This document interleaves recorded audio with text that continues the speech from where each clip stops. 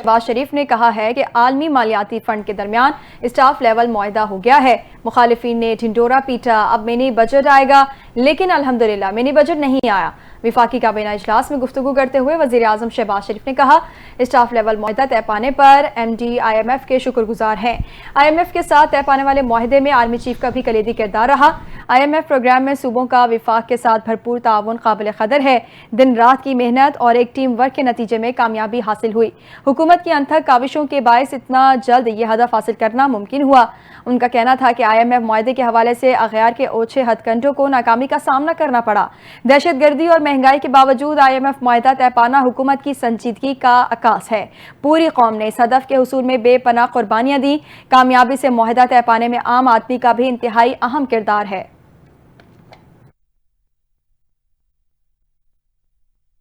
ملکی معیشت کے لیے اچھی خبر، پاکستان اور آئی ایم ایف کے درمیان مذاکرات کامیاب ہو گئے ہیں۔ پاکستان اور آئی ایم ایف کے درمیان $2 ارب قرض کا اسٹاف لیول معاہدہ طے پا گیا۔ اس حوالے سے دیکھتے ہیں یہ تفصیلی رپورٹ۔ پاکستان اور آئی ایم ایف کے درمیان پہلے جائزے کے لیے اسٹاف لیول معاہدہ طے پا گیا۔ عالمی مالیاتی فنڈ کے مطابق آئی ایم ایف کی ٹیم کی قیادت نیتھن پورٹر نے کی۔ معاہدے کی حتمی منظوری آئی ایم ایف کا بورڈ دے گا۔ اعلامیہ کے مطابق منظوری کی صورت میں پاکستان کو توسیع فنڈ فیسلٹی کے تحت $1 ارب فراہم کیے جائیں گے۔ پاکستان کو موسمیاتی تبدیلی اور آفات سے نمٹنے کے لیے 28 ماہ کی ارینجمنٹ کے تحت $1.3 ارب ملیں گے۔ پروگرام کے تحت مجموعی قرض کی رقم $2 ارب ہو جائے گی۔ یہ توسیع فنڈ فیسلٹی ارینجمنٹ 37 ماہ کے لیے ہوگا۔ آئی ایم ایف کی جانب سے کہا گیا ہے کہ پاکستان میں افراط زر 2015 کے بعد سب سے کم ترین سطح پر ہے۔ 18 ماہ کے دوران پاکستان نے چیلنجز کے باوجود مائکرو اکنامک استحکام کی بحالی میں پیش رفت کی۔ آئی ایم ایف نے کہا ہے کہ پاکستان میں اقتصادی صورتحال بہتر ہوئی ہے۔ اقتصادی سرگرمیاں بتدریج بڑھنے کا امکان ہے، البتہ پاکستان کو ماحولیات سے متعلق خطرات کا تاحال سامنا ہے۔ اعلامیہ میں مزید کہا گیا ہے کہ اصلاحات پر عمل درآمد اور پاکستان کے سماجی تحفظ کو فروغ دینے کے لیے پرعزم ہے۔ ترقی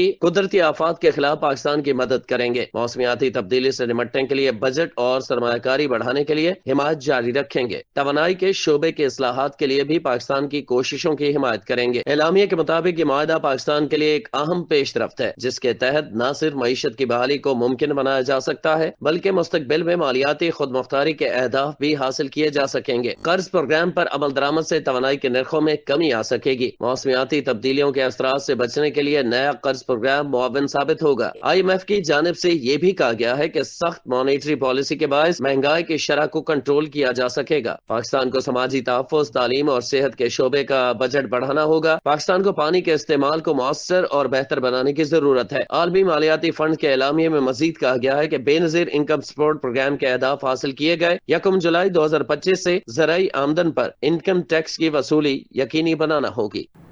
دوسری جانب وزیر خزانہ محمد اورنگزیب نے کہا ہے کہ ملک کو پیداواری اور برآمدی ترقی کی راہ پر گامزن کرنے کے لیے پرعزم ہے۔ آئی ایم ایف سے معاہدہ ہونے کے بعد وزیر خزانہ نے کہا کہ پاکستان ٹیکس، توانائی اور سرکاری اداروں سے متعلق اصلاحات پر عمل درآمد کے لیے پرعزم ہے۔ پاکستان اور عالمی مالیاتی فنڈ کے درمیان کامیاب مذاکرات کے بعد $2 ارب قرض کا اسٹاف لیول معاہدہ طے پایا ہے۔ آئی ایم ایف ٹیم کی قیادت نیتن پورٹر نے کی، جبکہ معاہدے کی حتمی منظوری آئی ایم ایف کا بورڈ دے گا۔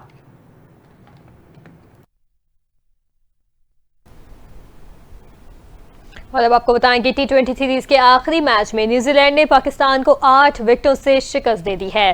کیویز نے پاکستان کے خلاف ٹاس جیت کر فیلڈنگ کا فیصلہ کیا۔ Pakistani batting line New Zealand کے سامنے ایک بار پھر ریت کی دیوار ثابت ہوئی۔ قومی ٹیم نے 9 وکٹوں کے نقصان پر مقررہ 20 اوورز میں 128 رنز اسکور کیے۔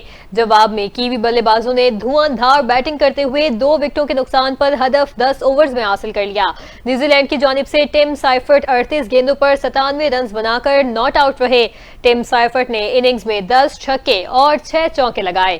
کیویز نے 5 T20 میچز کی سیریز میں 4-1 سے اپنے نام کر لی ہے۔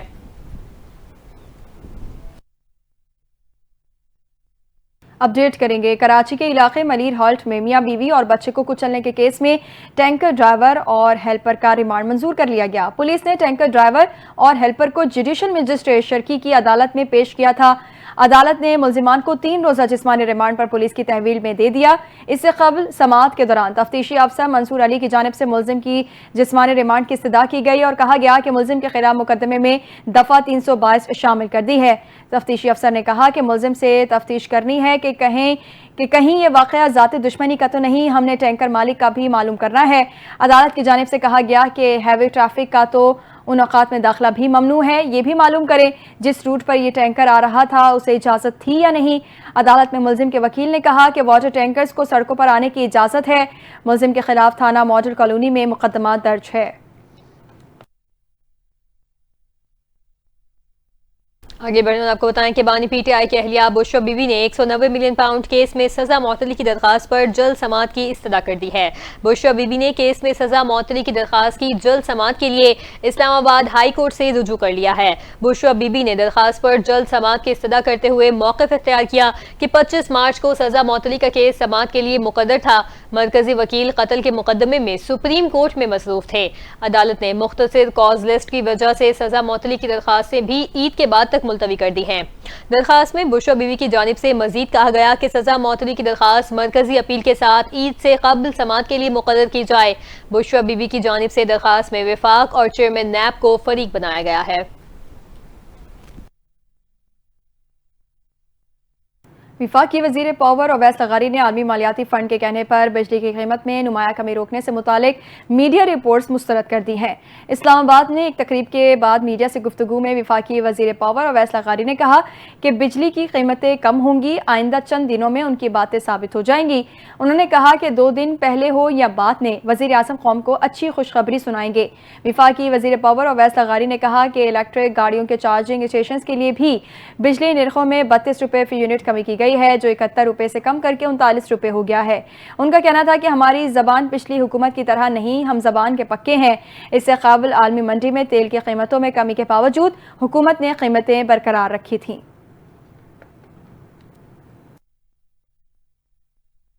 آپ کو بتائیں کہ ترجمان دفتر خارجہ شفقت علی خان نے پاکستانی صحافیوں کے دورہ اسرائیل پر سوالات کا جواب دے دیا اور بتایا کہ حکومت نے صحافیوں کے اسرائیل جانے کی رپورٹس کا نوٹس لیا ہے۔ ترجمان دفتر خارجہ کے مطابق پاکستانی پاسپورٹ پر واضح طور پر درج ہے کہ یہ اسرائیل کے سفر کے لیے قابل استعمال نہیں۔ موجودہ قوانین کے تحت ایسا کوئی دورہ ممکن ہی نہیں۔ دفتر خارجہ کے ترجمان کے مطابق پاکستان کا اسرائیل کے بارے میں موقف تبدیل نہیں ہوا۔ پاکستان اسرائیل کو تسلیم نہیں کرتا۔ پاکستان فلسطینی عوام کے جائز حقوق کی غیر متزلزل حمایت کرتا ہے۔ ترجمان دفتر خارجہ کے مطابق پاکستانی اقوام متحدہ کی متعلقہ قراردادوں اور فلسطینی عوام کی امنگوں کے مطابق مسئلہ فلسطین کے منصفانہ اور پرامن حل کے لیے اپنی غیر متزلزل وابستگی کا اعادہ کرتا ہے۔ وزیر اعلیٰ پنجاب مریم نواز نے عید شاپنگ پر آئی خواتین کے تحفظ کے لیے بڑا اقدام اٹھا لیا۔ بازاروں میں خواتین کے تحفظ کے لیے ویمن پولیس اسکواڈ قائم کر دیا۔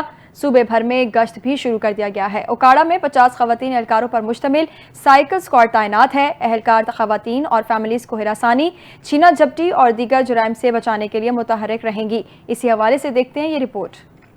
وزیر اعلیٰ پنجاب مریم نواز شریف کی ہدایت پر صوبے بھر میں خواتین اور بچوں کے تحفظ کو یقینی بنانے کے لیے ویمن پولیس اسکواڈ قائم کر دیا گیا۔ خواتین کو تحفظ کے اس منفرد اقدام کے تحت ویمن پولیس کی پیدل، سائیکل اور موٹر سائیکل سوار ٹیمیں بازاروں اور تجارتی مراکز میں گشت کریں گی۔ بازاروں میں رش کے اوقات میں خصوصی ویمن پولیس اسکواڈ ہراسمنٹ، ڈکیتی اور چوری کی وارداتوں کی روک تھام کرے گا۔ لاہور سمیت راولپنڈی، سیالکوٹ، فیصل آباد، گوجرانوالا، چنیوٹ، بورے والا، بہاڑی، خانیوال اور دیگر شہروں میں بڑے تجارتی مراکز میں گشت کا آغاز ہو چکا ہے۔ لاہور میں سیکورٹی مزید سخت کر دی گئی ہے، جہاں ڈولفن فورس اور کوئک ریسپانس سائیکل اسکواڈ کو بھی تعینات کیا گیا ہے۔ یہ ٹیمیں D H A, Y block, Ichhra, Anarkali, Liberty Market سمیت 65 بڑے تجارتی مراکز میں گشت کر رہی ہے۔ ڈولفن پولیس کا فرینڈلی یونٹ افطار کے بعد مارکیٹیں بند ہونے تک اپنی ڈیوٹی سر انجام دے گا، جبکہ 22 سائیکل پر مشتمل ڈولفن فورس اسکواڈ معروف گلیوں، بازاروں اور گنجان علاقوں میں بھی گشت کرے گا۔ اکواڑا میں 50 لیڈی کانسٹیبلز پر مشتمل پہلا ویمن پولیس اسکواڈ پوری طرح متحرک ہو چکا ہے، جو پیدل، سائیکل اور موٹر سائیکل پر بازاروں میں نگرانی کے فرائض انجام دے رہا ہے۔ وزیر اعلیٰ پنجاب مریم نواز شریف نے واضح کیا ہے کہ خواتین اور بچوں کا تحفظ صرف حکومت ہی نہیں بلکہ پوری سوسائٹی کی مشترکہ ذمہ داری ہے۔ بازاروں اور گلیوں میں خواتین کا تحفظ ہر صورت یقینی بنایا جائے گا۔ مارکیٹوں میں پہلی بار خواتین کے تحفظ کے لیے باقاعدہ پولیس اسکواڈ کے قیام پر شہریوں نے وزیر اعلیٰ مریم نواز کے اس اقدام کو سراہا ہے۔ خواتین نے کہا ہے کہ ویمن پولیس اسکواڈ کے بعد شاپنگ کے دوران خود کو زیادہ محفوظ اور مطمئن محسوس کر رہی ہیں، جبکہ ہراسمنٹ کے واقعات کی شکایات درج کرانا بھی پہلے سے زیادہ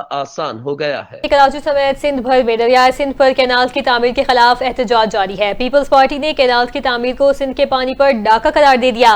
پی پی رہنما رضا ربانی کہتے ہیں سندھ کو کسی بھی صورت چولستان میں 6 کینالز کا بننا منظور نہیں۔ وفاقی حکومت نے کینالز کا یک طرفہ فیصلہ کیا۔ وفاق فیصلے پر تنہا عمل درآمد نہیں کروا سکتا۔ وفاقی حکومت کینال سے متعلق اپنی پالیسی وضع کرے۔ اپڈیٹ کریں گے۔ وفاقی وزیر مذہبی امور سردار محمد یوسف نے سعودی وزیر حج عمرہ سے ملاقات کی ہے۔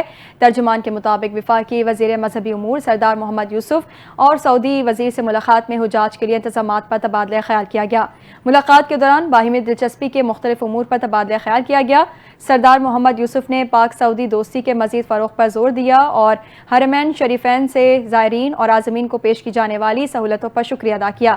وفاقی وزیر مذہبی امور سردار محمد یوسف کو ڈائریکٹر حج مدینہ نے انتظامات کے حوالے سے بریفنگ دیتے ہوئے کہا کہ اس مرتبہ 100% حجاج کرام کی رہائشیں مدینہ مرکزیہ میں ہوں گی۔ وزیر اعظم کے معاون خصوصی برائے امور خارجہ طارق فاطمی کی امریکہ کانگریس کے اہم رکن سے ملاقات کی ہے۔ طارق فاطمی نے امریکی کانگریس کے امور خارجہ کمیٹی کے چیئرمین برائن ماسٹ، امور خارجہ کمیٹی کی ذیلی کمیٹی برائے جنوبی اور سینٹرل ایشیا کے رینکنگ ممبر کانگریس سڈنی کام لاگرڈو اور پاکستان کاکس کے شریک چیئرمینوں سے بھی ملاقات کی۔ ملاقاتوں کے دوران پاک امریکہ تعلقات، دو طرفہ تعاون اور معاشی تعلقات پر تفصیلی گفتگو کی گئی۔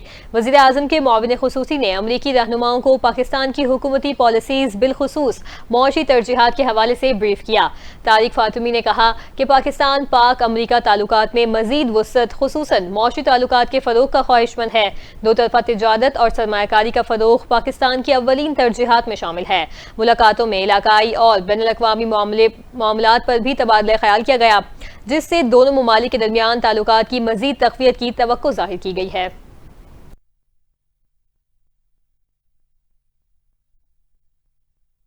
وزیر تعلیم سندھ سردار شاہ کا کہنا ہے کہ امتحانات میں انٹر سال اول کے طلباء کے ساتھ ظلم ہوا۔ انٹر کے طلباء کے نتائج کا تناسب کمانے کا معاملے پر قائم فیکٹ فائنڈنگ کمیٹی کے اجلاس کے بعد گفتگو کرتے ہوئے وزیر تعلیم سندھ سردار شاہ کا کہنا تھا سندھ اسمبلی کی کمیٹی نے انکوائری کمیٹی کو تحقیقات کا مینڈیٹ دیا۔ کمیٹی نے انٹر بورڈ کے انفراسٹرکچر اور انتظامی ڈھانچے پر سوالات کھڑے کیے، جبکہ کمیٹی نے امتحانی نظام پر بھی سوالات اٹھائے ہیں۔ سردار شاہ نے کہا کہ امتحانات میں انٹر سال اول کے طلباء کے ساتھ ظلم ہوا ہے۔ بورڈ کی نااہلی کی وجہ سے بچوں کی حق تلفی نہیں ہونی چاہیے، اس لیے 3 مضامین میں انٹر کے طلباء کو اضافی نمبر دینے کا فیصلہ ہوا۔ وزیر تعلیم نے کہا سندھ اسمبلی کی خصوصی کمیٹی کام کرتی رہے گی۔ حکومت نے شفافیت کے ساتھ انکوائری رپورٹ کو منوعاً قبول کیا اور انکوائری کمیٹی کی سفارشات میں کوئی تبدیلی نہیں کی۔ سردار شاہ نے مزید کہا کہ کمیٹی کی رپورٹ کے مطابق ملوث ملازمین کے خلاف کارروائی ہوگی۔ عدالتی حکم امتناع کی وجہ سے بورڈز میں مستقل چیئرمین نہیں لگ سکے۔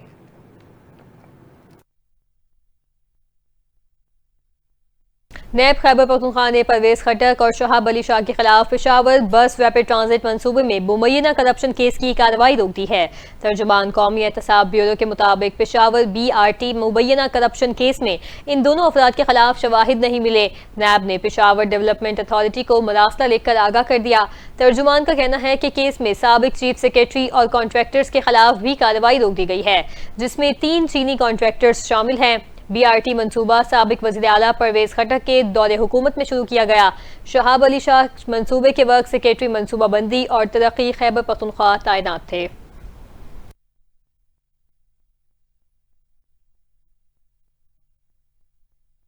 اپڈیٹ کریں گے۔ خیبر پختونخوا حکومت نے شرپسندوں کے خلاف کائنیٹک آپریشنز کا سلسلہ جاری رکھنے کا فیصلہ کیا ہے۔